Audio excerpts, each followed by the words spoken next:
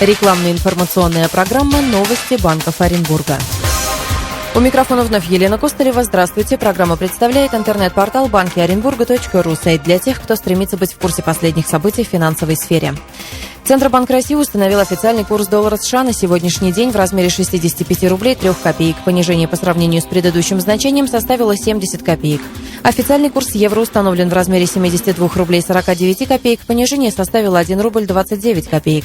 Напоминаем, что на сайте банкиоренбурга.ру в режиме онлайн можно ознакомиться с актуальными курсами обмена доллара и евро в банках Оренбурга с возможностью выбора лучших предложений, покупки или продажи валюты.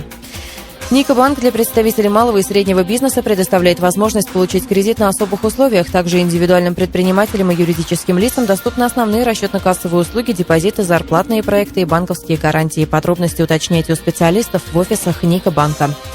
Россельхозбанк снизил процентную ставку по ипотеке с государственной поддержкой до уровня 11,3% годовых. В рамках данной программы банк предоставляет кредиты на приобретение недвижимости на первичном рынке, в том числе готовых объектов от застройщика.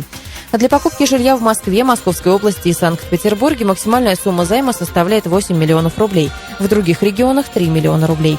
Первоначальный взнос по ипотеке не менее 20%, срок кредитования до 30 лет. Россельхозбанк является одним из самых активных банков, участников программы государственного субсидирования процентных ставок по ипотеке. С момента присоединения к ней в этом году банк уже предоставил населению порядка 3200 кредитов на общую сумму более 5 миллиардов рублей. При этом Россельхозбанк планомерно снижает процентную ставку по данному продукту. В настоящее время условия кредитования банка являются одними из самых привлекательных на банковском рынке. Доля безналичных платежей в Поволжском банке Сбербанк России превысила 78%. За последний год этот показатель вырос на 8%. Сбербанк совершенствует сервисы удаленного обслуживания, чтобы клиентам было удобнее совершать платежи и переводы. Так, Сбербанк снизил комиссию за прием безналичных платежей, совершаемых при помощи операциониста в отделениях. Карта всегда выгоднее наличных. Это тот принцип, на котором основан прием платежей в Сбербанке.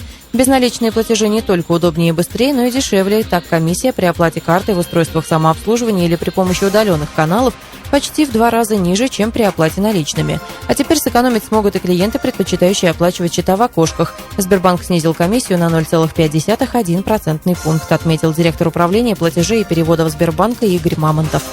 Это все банковские новости на сегодня. Программу представил портал Банки Оренбурга, интернет-ресурс для тех, кто ищет самую свежую информацию о банках. Адреса, телефоны банков, карта банкоматов, онлайн-заявки на кредит, курсы валют и самые последние банковские новости. Адрес сайта banki-orenburga.ru.